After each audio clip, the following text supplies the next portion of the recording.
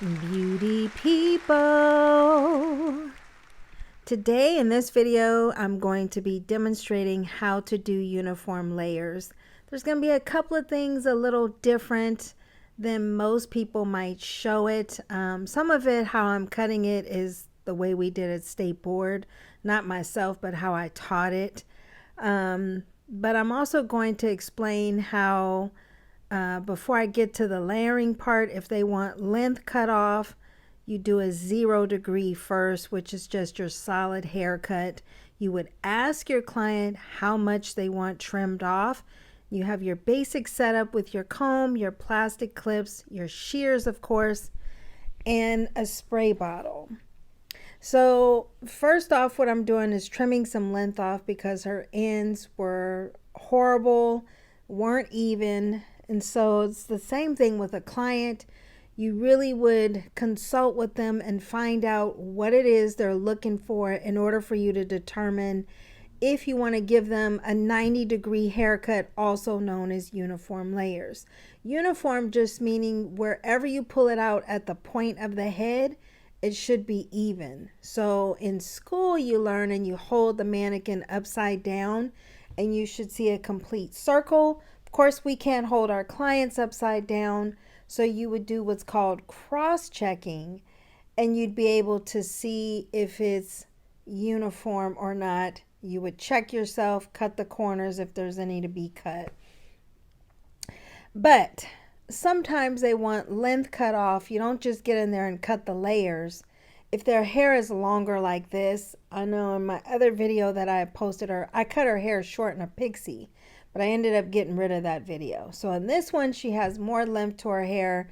So just to kind of give you a visual, if she wants more layers, then you could choose to do a 90 if it's not long enough to do a 180. And even so, with long layers, if they want more layering, you may decide to do a 90 or uniform layers just to add more layers. So in this haircut here, you get the most volume and the most layering out of all the haircuts that you'll learn, right? And just remember, a lot of the haircuts that we're doing, it will involve more than one elevation if they're getting layers.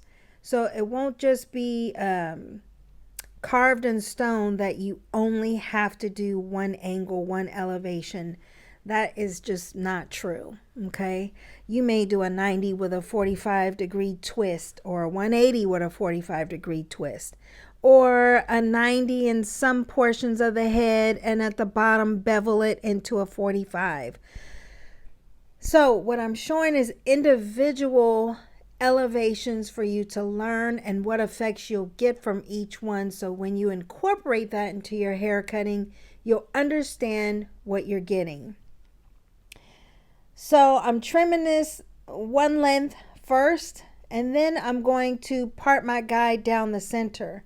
Now in this case here, what I did was I sectioned off also a fringe area that I'm going to show you later how I go about cutting a side bang. But the technical term for that, or more professional term, would be the fringe area. I also want to do a video with that too, where I'll show you guys how to cut the bang area. In this case, I showed side bang, but I want to show you how you do a complete bang where it frames the face also, but that'll be later on. So a side note, I was going to do a live video. I was going to do this as a live class, and I chickened out. And I don't know why I'm so nervous about doing a live video. I think it's just that fear of no one watching the video that makes me nervous, and I shouldn't be nervous about that because I like to teach, so I want to do live classes. So I'm not sure yet if I'm going to do a live video when I'm showing my clipper cut or when I do my acrylics. So just keep me in your prayers because I want to do a live class, and it's coming. I can feel it. I have to push through my fears. I can't tell my students, to push through their fears, and then I'm not pushing through mine. So what I did was I separated the bang area, the fringe area, and now I'm sectioning off my guide which was down the middle.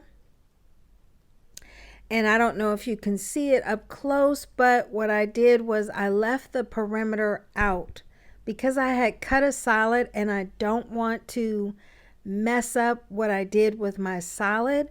I'm basically doing the 90-degree inside of the 0. So the layers are going to be inside and it won't mess up the outer part. Otherwise, I'd have to do a 0 after my 90 anyway, just so it won't be all jagged around the ends.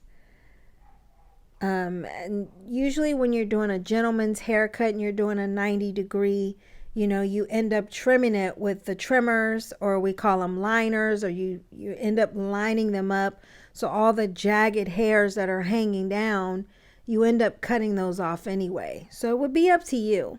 For me, I prefer to trim the length off and then go through and do my layers, so I don't have to go back and clean up after myself. So in class, I taught this totally different. I did 4 sections: midline, hairline to nape, and ear to ear. And then I dropped what's called a perimeter guide. This one, I'm not doing that because this way to me is a little more simple. Subsections are going to be vertical all the way around, but first I'm going to start with that guide in the middle, following the curve of the head. And that's the main thing you want to be mindful of, is following the curve of the head.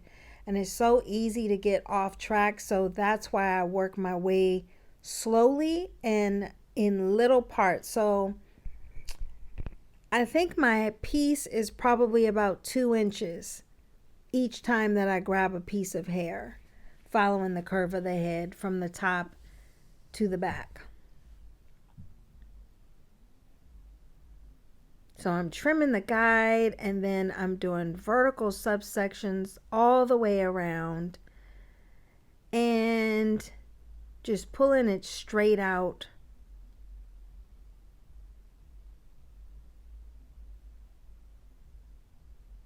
And now I'm doing the fringe area here.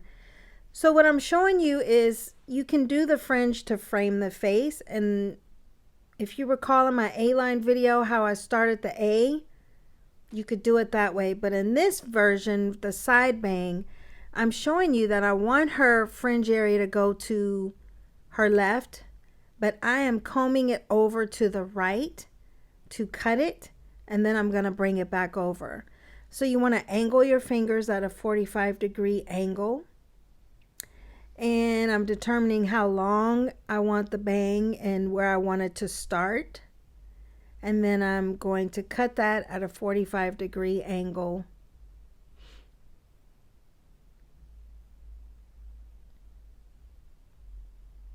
And then I'm going to comb the hair back over to the opposite side. So this is the most simplest way to do a side bang. And then I'm going to frame some of the hair. We call it slithering, but I'm showing you, you could cut upwards, but that would leave more of a blunt cut than actual face framing. So you bring it forward and then you just slice down. Now, as I'm slicing down the hair, I am semi-closing the blades. I am not closing them all the way. That would give a whole nother effect, so you have to understand that. And again, on the other side, I'm doing what's called slithering also. So I am lightly closing the shears, but I am not closing them all the way. I'm closing them halfway, put it that way. Maybe not even halfway. I'm just lightly slicing down the hair. Some people call it slicing. I call it slithering. And then I tried blow drying her hair. I ended up having to blow dry her hair off camera because my freaking tripod was moving around so much. So if anyone has any suggestions on where I can find me a solid, good tripod that will weather the storm when I'm doing her hair, please leave it in the comment section. I would appreciate that.